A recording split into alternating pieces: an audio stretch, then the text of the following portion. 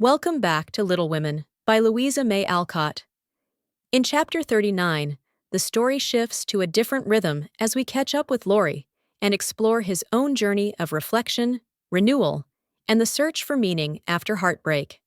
While the March household begins to heal, Laurie finds himself at a turning point, one shaped by distance, growth, and a surprising sense of clarity.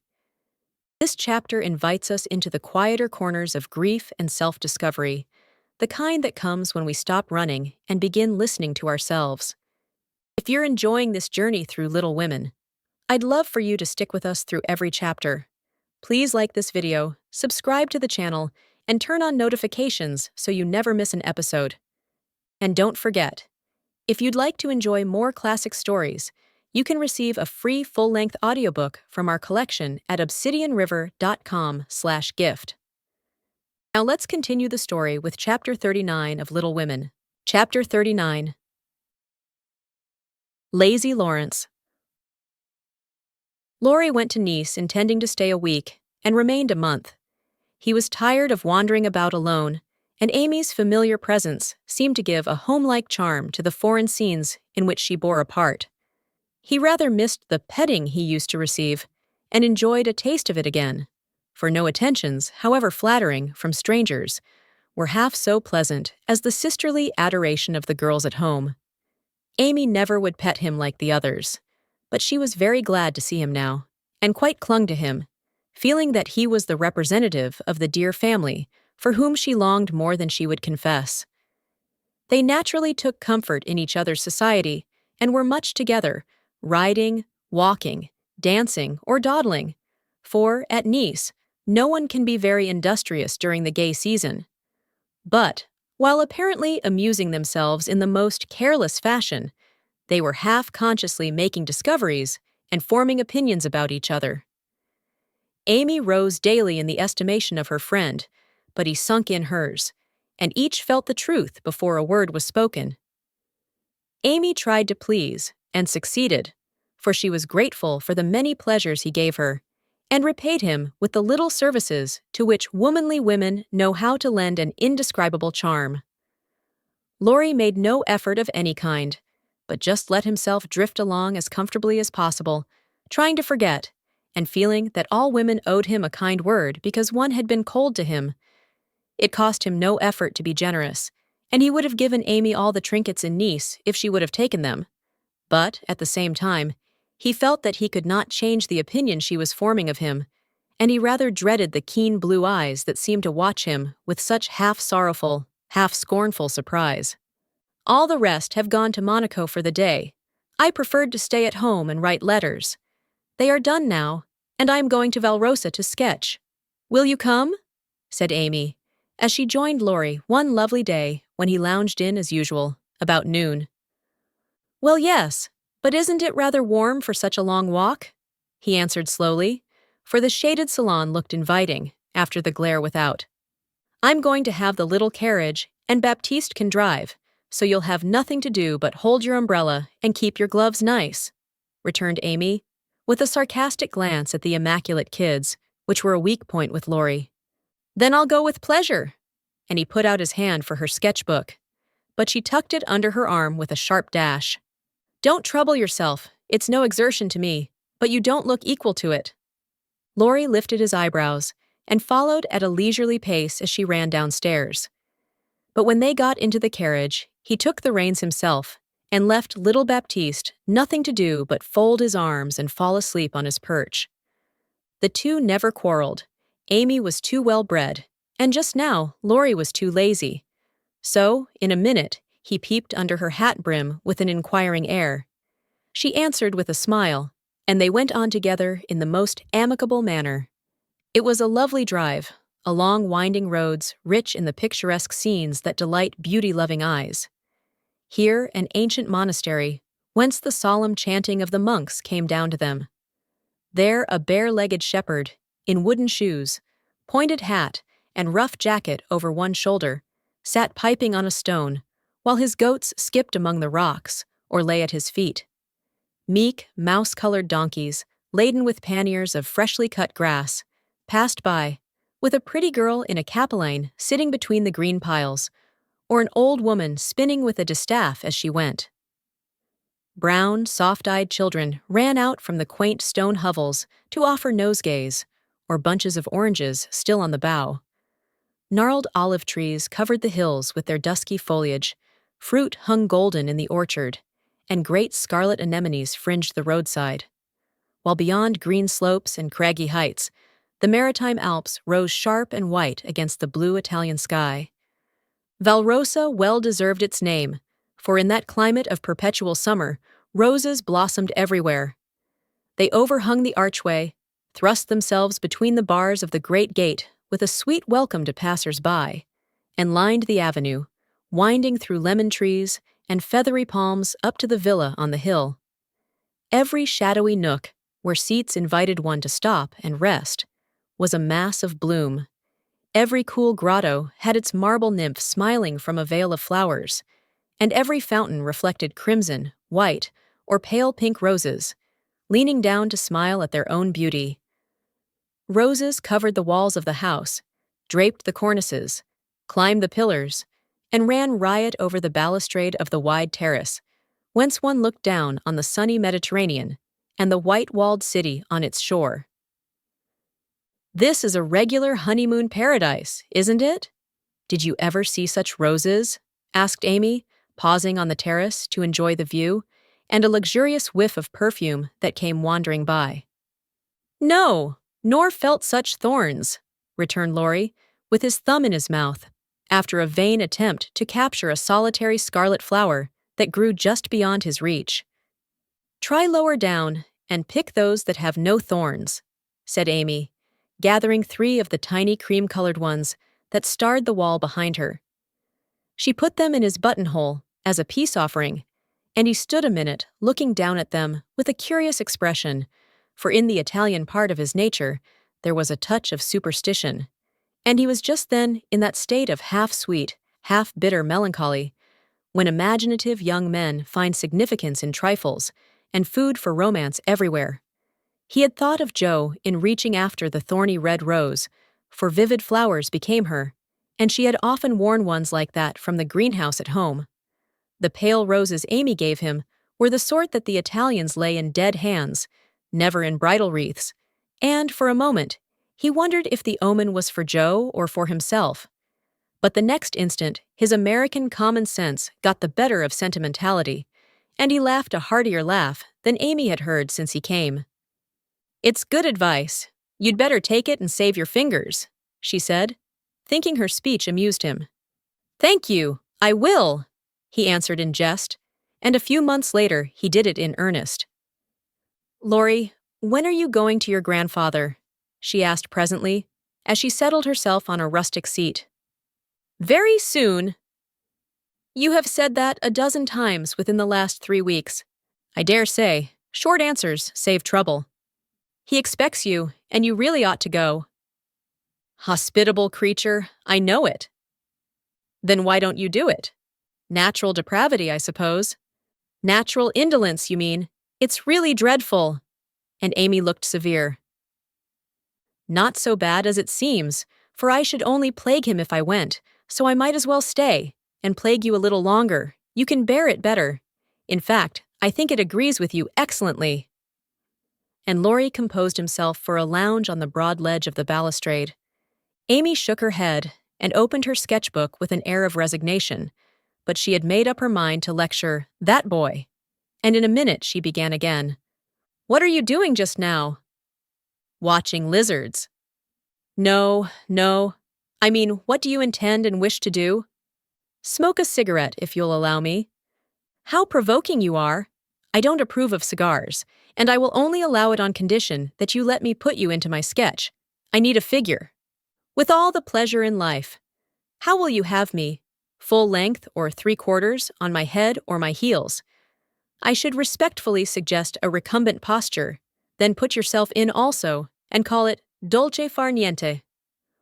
"Stay as you are and go to sleep if you like. I intend to work hard," said Amy in her most energetic tone. "What delightful enthusiasm!" And he leaned against a tall urn with an air of entire satisfaction. What would Jo say if she saw you now? Asked Amy impatiently, hoping to stir him up by the mention of her still more energetic sister's name. As usual. Go away, Teddy, I'm busy. He laughed as he spoke, but the laugh was not natural, and a shade passed over his face, for the utterance of the familiar name touched the wound that was not healed yet. Both tone and shadow struck Amy, for she had seen and heard them before, and now she looked up in time to catch a new expression on Laurie's face, a hard, bitter look, full of pain, dissatisfaction, and regret. It was gone before she could study it, and the listless expression back again. She watched him for a moment with artistic pleasure, thinking how like an Italian he looked, as he lay basking in the sun with uncovered head and eyes full of southern dreaminess, for he seemed to have forgotten her and fallen into a reverie. You look like the effigy of a young knight asleep on his tomb, she said, carefully tracing the well-cut profile defined against the dark stone. Wish I was. That's a foolish wish, unless you have spoilt your life. You are so changed, I sometimes think— There Amy stopped, with a half-timid, half-wistful look, more significant than her unfinished speech. Laurie saw and understood the affectionate anxiety which she hesitated to express, and looking straight into her eyes, said, just as he used to say it to her mother, "It's all right, ma'am." That satisfied her, and set at rest the doubts that had begun to worry her lately. It also touched her, and she showed that it did, by the cordial tone in which she said, "I'm glad of that. I didn't think you'd been a very bad boy, but I fancied you might have wasted money at that wicked Baden-Baden, lost your heart to some charming Frenchwoman with a husband, or got into some of the scrapes that young men seem to consider a necessary part of a foreign tour. Don't stay out there in the sun. Come and lie on the grass here, and let us be friendly, as Jo used to say when we got in the sofa corner and told secrets." Laurie obediently threw himself down on the turf and began to amuse himself by sticking daisies into the ribbons of Amy's hat that lay there. "I'm all ready for the secrets," and he glanced up with a decided expression of interest in his eyes. "I've none to tell. You may begin. Haven't one to bless myself with. I thought perhaps you'd had some news from home. You have heard all that has come lately. Don't you hear often? I fancied Jo would send you volumes." "She's very busy. I'm roving about so, it's impossible to be regular, you know. When do you begin your great work of art, Raffaella?" he asked, changing the subject abruptly after another pause, in which he had been wondering if Amy knew his secret and wanted to talk about it. "Never," she answered, with a despondent but decided air. "Rome took all the vanity out of me, for after seeing the wonders there, I felt too insignificant to live, and gave up all my foolish hopes in despair. Why should you, with so much energy and talent? That's just why. Because talent isn't genius, and no amount of energy can make it so. I want to be great, or nothing. I won't be a commonplace dauber, so I don't intend to try any more. And what are you going to do with yourself now, if I may ask?" "Polish up my other talents, and be an ornament to society if I get the chance." It was a characteristic speech, and sounded daring, but audacity becomes young people, and Amy's ambition had a good foundation. Laurie smiled, but he liked the spirit with which she took up a new purpose when a long-cherished one died, and spent no time lamenting. "Good! And here is where Fred Vaughn comes in, I fancy." Amy preserved a discreet silence, but there was a conscious look in her downcast face that made Laurie sit up and say gravely, "Now I'm going to play brother and ask questions. May I?" "I don't promise to answer. Your face will if your tongue won't. You aren't woman of the world enough yet to hide your feelings, my dear. I heard rumors about Fred and you last year, and it's my private opinion that, if he had not been called home so suddenly and detained so long, something would have come of it. Hey?" "That's not for me to say," was Amy's prim reply, but her lips would smile, and there was a traitorous sparkle of the eye, which betrayed that she knew her power and enjoyed the knowledge. "You are not engaged, I hope?" And Laurie looked very elder brotherly and grave all of a sudden. "No. But you will be, if he comes back, and goes properly down upon his knees, won't you? Very likely.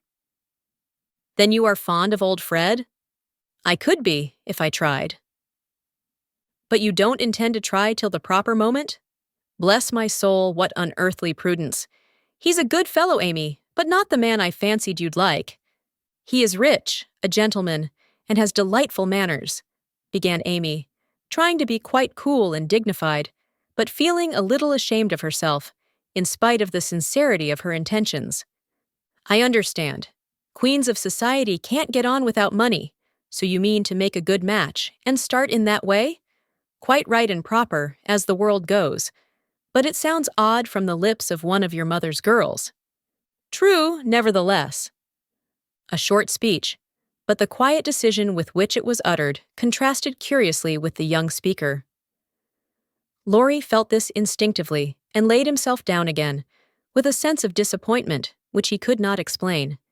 His look and silence, as well as a certain inward self-disapproval, ruffled Amy, and made her resolve to deliver her lecture without delay. I wish you'd do me the favor to rouse yourself a little, she said sharply. Do it for me, there's a dear girl. I could if I tried. And she looked as if she would like doing it in the most summary style.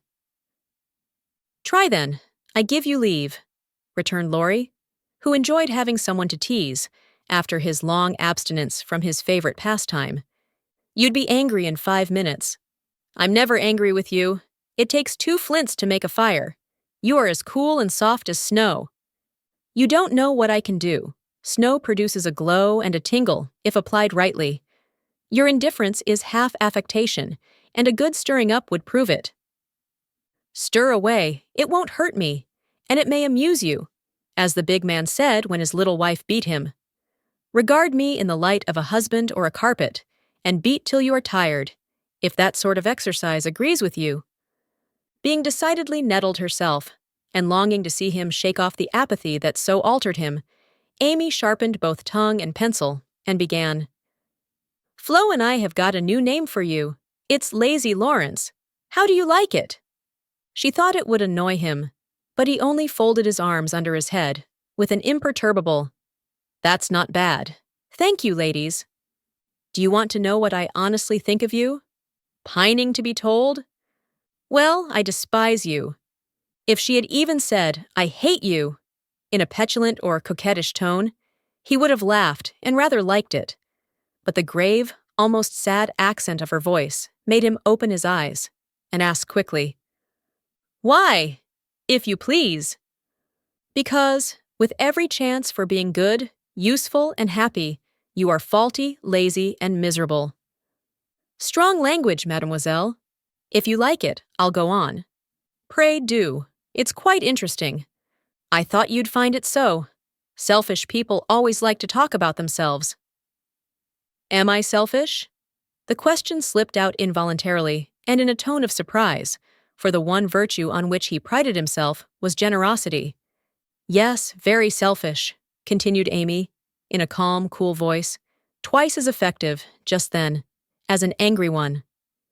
I'll show you how, for I've studied you while we have been frolicking, and I'm not at all satisfied with you. Here you have been abroad nearly 6 months, and done nothing but waste time and money and disappoint your friends. Isn't a fellow to have any pleasure after a 4 years' grind? You don't look as if you'd had much. At any rate, you are none the better for it, as far as I can see. I said when we first met that you had improved. Now I take it all back, for I don't think you half so nice as when I left you at home. You have grown abominably lazy. You like gossip and waste time on frivolous things. You are contented to be petted and admired by silly people instead of being loved and respected by wise ones. With money, talent, position, health, and beauty, you like that old vanity. But it's the truth, so I can't help saying it. With all these splendid things to use and enjoy, you can find nothing to do but dawdle, and, instead of being the man you might and ought to be, you are only— There she stopped, with a look that had both pain and pity in it. St. Lawrence on a gridiron, added Laurie, blandly finishing the sentence. But the lecture began to take effect, for there was a wide-awake sparkle in his eyes now, and a half-angry, half-injured expression replaced the former indifference. "I supposed you'd take it so.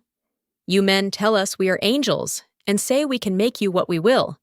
But the instant we honestly try to do you good, you laugh at us and won't listen, which proves how much your flattery is worth." Amy spoke bitterly and turned her back on the exasperating martyr at her feet. In a minute, a hand came down over the page so that she could not draw, and Laurie's voice said, with a droll imitation of a penitent child, "I will be good, oh, I will be good."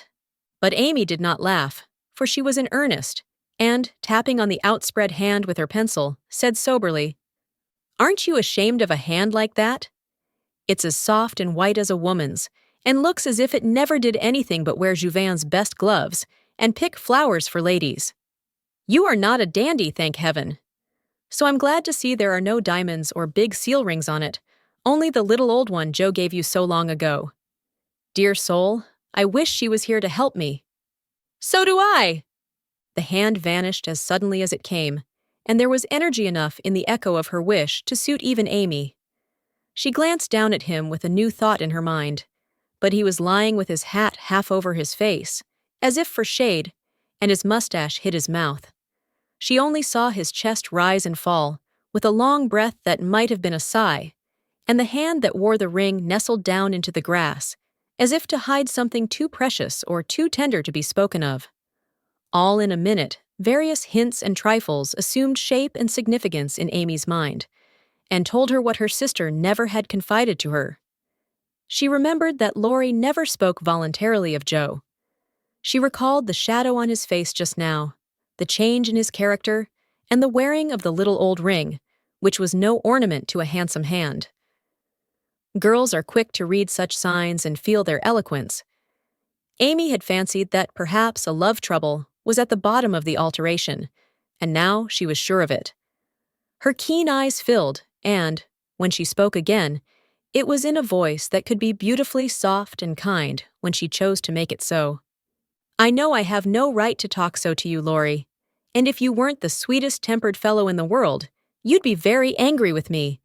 But we are all so fond and proud of you. I couldn't bear to think they should be disappointed in you at home, as I have been, though perhaps they would understand the change better than I do." "I think they would," came from under the hat, in a grim tone, quite as touching as a broken one. "They ought to have told me, and not let me go blundering and scolding, when I should have been more kind and patient than ever. I never did like that Miss Randall, and now I hate her," said artful Amy, wishing to be sure of her facts this time. "Hang Miss Randall!" And Laurie knocked the hat off his face with a look that left no doubt of his sentiments toward that young lady. "I beg pardon, I thought—" And there she paused diplomatically. "No, you didn't. You knew perfectly well I never cared for anyone but Joe." Laurie said that in his old, impetuous tone, and turned his face away as he spoke. "I did think so, but as they never said anything about it, and you came away, I supposed I was mistaken. And Joe wouldn't be kind to you? Why, I was sure she loved you dearly." "She was kind, but not in the right way, and it's lucky for her she didn't love me, if I'm the good-for-nothing fellow you think me. It's her fault, though, and you may tell her so."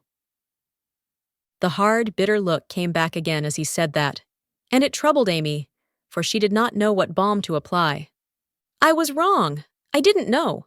I'm very sorry I was so cross, but I can't help wishing you'd bear it better, Teddy, dear." "Don't! That's her name for me." And Laurie put up his hand with a quick gesture to stop the words spoken in Joe's half-kind, half-reproachful tone. "Wait till you've tried it yourself," he added, in a low voice, as he pulled up the grass by the handful.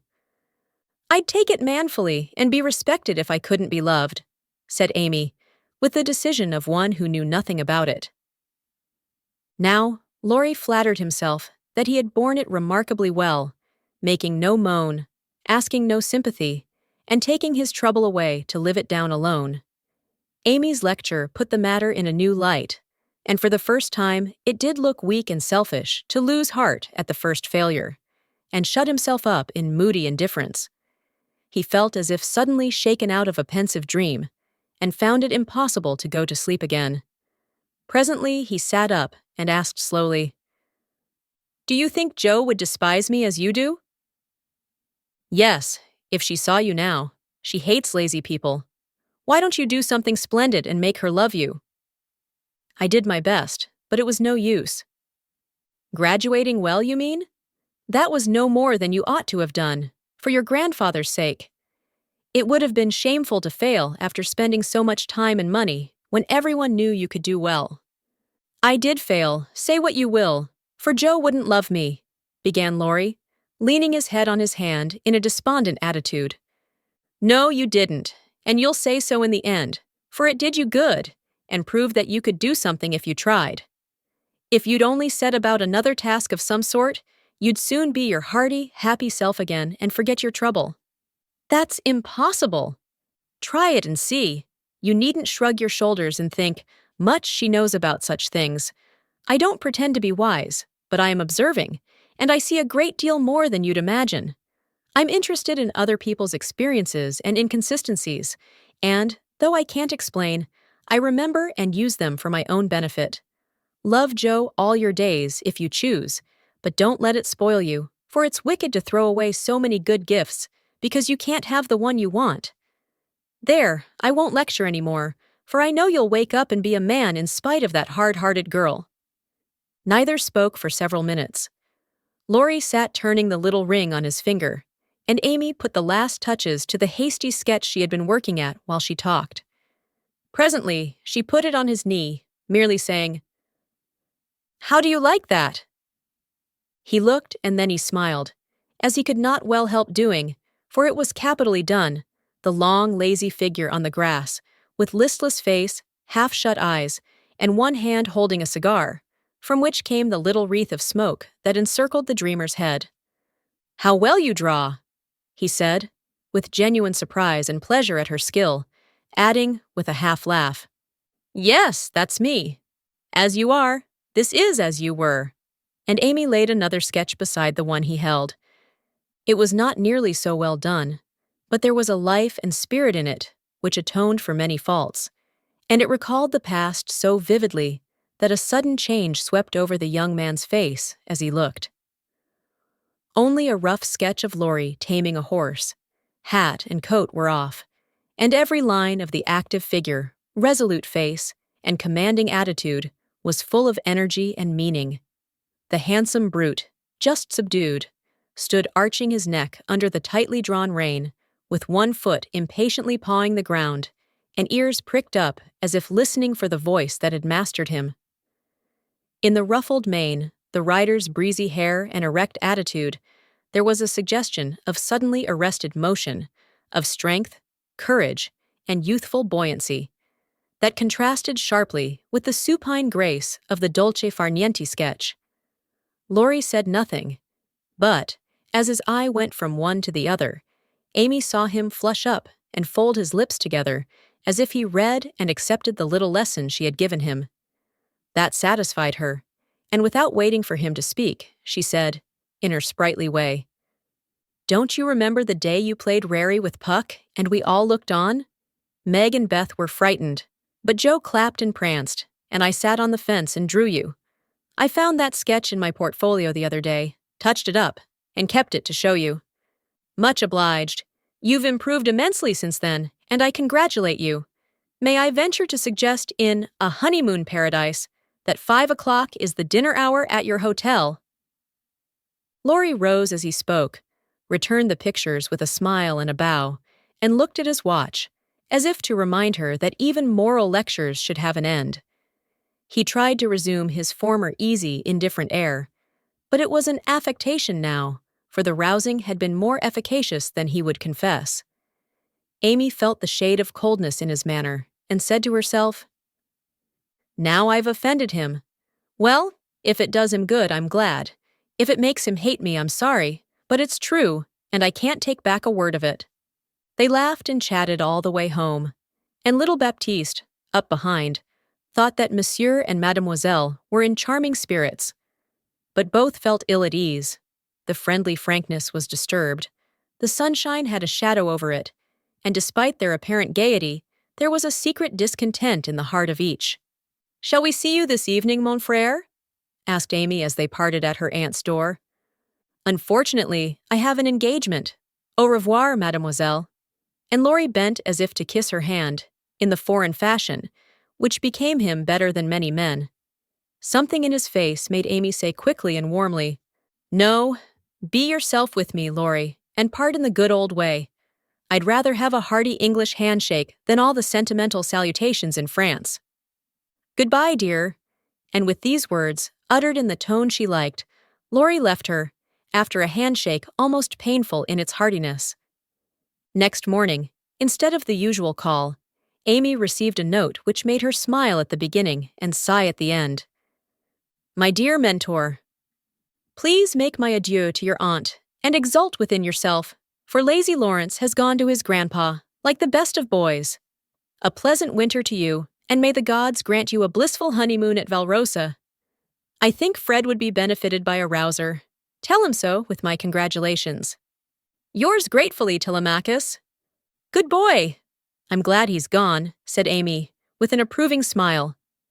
The next minute her face fell as she glanced about the empty room, adding, with an involuntary sigh, "Yes, I am glad, but how I shall miss him." Thank you for joining me for Chapter 39 of Little Women. As Laurie confronts his own sense of purpose and direction, we're reminded that growth often begins in the quiet moments, far from home, but closer to who we're becoming. Louisa May Alcott beautifully captures that stillness, offering us not just a turning point in Laurie's life, but in the story itself. If this chapter resonated with you, please take a moment to like the video, subscribe to the channel, and turn on notifications to stay connected as we move into the final stretch of this unforgettable novel. And if you haven't yet, you can still receive a free full-length audiobook by visiting obsidianriver.com/gift. Thank you again for listening, and I'll see you soon in the next chapter of Little Women.